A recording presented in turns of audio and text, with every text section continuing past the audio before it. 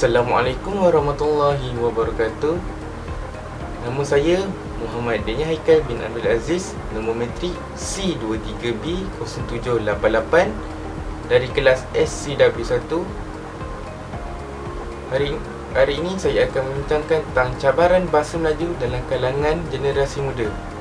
Dalam slide saya akan memberitahu tentang pengenalan, faktor-faktor, kesan-kesan terhadap bahasa Melayu, langkah-langkah serta kesimpulan. Kita pergi ke pengenalan. Yang pertama adalah identiti dan jati diri Melayu adalah konsep yang berkaitan dengan ciri-ciri, nilai dan warisan yang membezakan bangsa Melayu dari bangsa lain. Konsep ini juga menjadi asas dalam membina kebudayaan dan tamadun Melayu yang unik, maju dan berdaya saing. Kedua, terdapat beberapa aspek yang merangkumi identiti dan jati diri Melayu, antaranya Islam, bahasa Melayu dan pakaian tradisional. Untuk Islam pula, agama Islam adalah agama yang penting dalam membentuk identiti dan jati diri Melayu. Islam memberikan panduan moral, etika dan hukum yang mengatur kehidupan sosial, politik dan ekonomi Melayu. Islam juga menghubungkan Melayu dengan umat Islam di seluruh dunia dan memberikan rasa kesatuan dan solidariti. Yang kedua adalah bahasa Melayu. Bahasa Melayu adalah bahasa ibunda, bahasa rasmi bagi bangsa Melayu sendiri. Bahasa Melayu adalah alat komunikasi, ekspresi dan pemikiran yang mencerminkan budaya, adat dan falsafah Melayu. Bahasa Melayu juga merupakan bahasa pengantar ilmu, pengetahuan, seni dan sastra Melayu. Yang ketiga adalah pakaian tradisional. Pakaian tradisional Melayu adalah simbol identiti dan jati diri Melayu yang menunjukkan keindahan, kesopanan dan kehormatan. Pakaian tradisional Melayu terdiri daripada baju kurung, baju Melayu, songkok, tudung dan kain pelikat untuk lelaki, dan baju kebaya dan baju kurung dan kain batik untuk wanita. Yang ketiga, beberapa isu yang berkaitan dengan identiti dan jati diri Melayu ialah pengaruh globalisasi dan pemeliharaan bahasa. Antaranya adalah pengaruh globalisasi. Globalisasi ini adalah proses integrasi dan interaksi antara negara dan syarikat dan individu di seluruh dunia. Globalisasi membawa peluang dan cabaran bagi identiti dan jati diri Melayu. Yang kedua adalah pemeliharaan bahasa. Bahasa Melayu menghadapi ancaman pemudaran dan penggantian oleh bahasa-bahasa lain, terutamanya bahasa Inggeris, yang dianggap lebih berguna dalam era globalisasi ini. Bahasa Melayu juga mengalami perubahan dan penyelesaian yang mungkin mengurangkan keaslian dan kekayaan. Okey, seterusnya kita akan pergi kepada faktor-faktor bahasa Melayu kurang digunakan. Yang pertama adalah pendidikan bahasa Melayu yang kurang memadai, iaitu kurikulum dan kaedah pengajaran bahasa Melayu perlu diperkemaskan untuk memastikan kecemerlangan dalam pembelajaran dan pemahaman bahasa Melayu.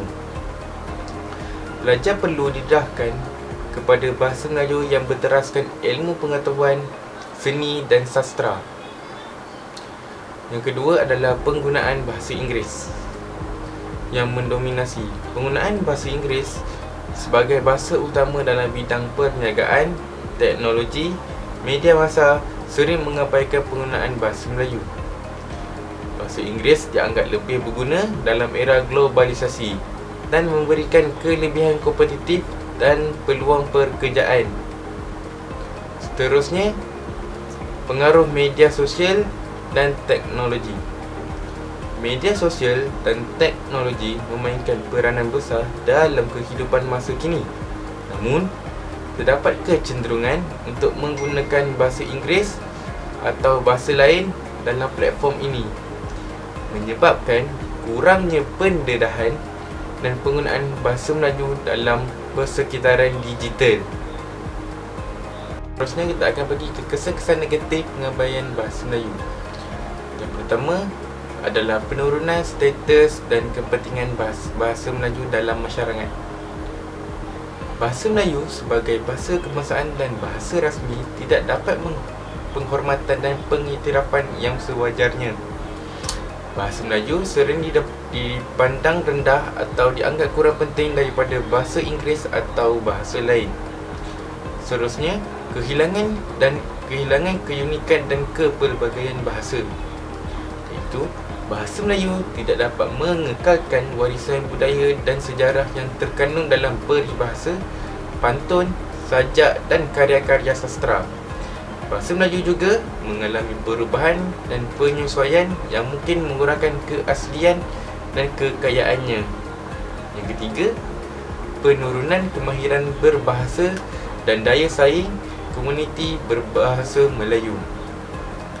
Bahasa Melayu tidak dapat memenuhi keperluan dan cabaran zaman moden yang memerlukan kemahiran berbahasa yang tinggi. Bahasa Melayu mungkin tidak mempunyai prakata istilah atau ungkapan yang sesuai untuk menangani perkembangan ilmu pengetahuan, teknologi dan komunikasi. Kita akan pergi kepada langkah-langkah pemulihan. Yang pertama adalah mengukuhkan pendidikan bahasa Melayu, iaitu pendidikan bahasa Melayu perlu diberi penekanan yang lebih kuat dengan menitik beratkan kemahiran bertutur, membaca dan menulis dalam bahasa Melayu. Lepas tu, pembelajaran yang menarik dan kontekstual perlu diperkenalkan untuk memupuk minat dan pemahaman yang lebih mendalam. Yang kedua adalah menggunakan media sosial untuk memartabatkan bahasa Melayu, iaitu media sosial boleh menjadi alat yang berkesan untuk menyebarkan dan memperkaya bahasa Melayu. Lepas tu, kita boleh menggunakan media sosial untuk berkongsi karya-karya bahasa Melayu, menyertai forum-forum bahasa Melayu dan menggalakkan penggunaan bahasa Melayu yang betul dan bermutu. Yang ketiga adalah menyokong penggunaan bahasa Melayu dalam perniagaan dan profesional, iaitu inisiatif seperti penggunaan berbahasa Melayu dalam komunikasi rasmi, peluang kerjaya dalam bahasa Melayu dan menyediakan sumber daya yang memudahkan penggunaan bahasa Melayu boleh membantu meningkatkan prestij dan penggunaan bahasa Melayu.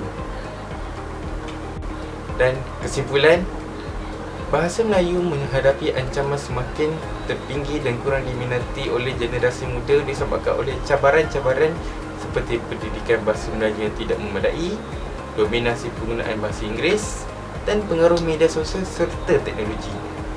Langkah yang boleh diambil, pendidikan bahasa Melayu perlu dipekukuhkan, antaranya ini melibatkan peningkatan mutu pengajaran dan pembelajaran bahasa Melayu di semua peringkat pendidikan. Program yang menarik dan inovatif harus diwujudkan untuk meningkatkan minat pelajar terhadap bahasa Melayu. Ironinya, kajian ini dapat memberi kesedaran dan pemahaman kepada masyarakat tentang kepentingan berbahasa Melayu sebagai bahasa yang mencerminkan identiti dan jati diri kita dalam kalangan generasi muda. Sekian.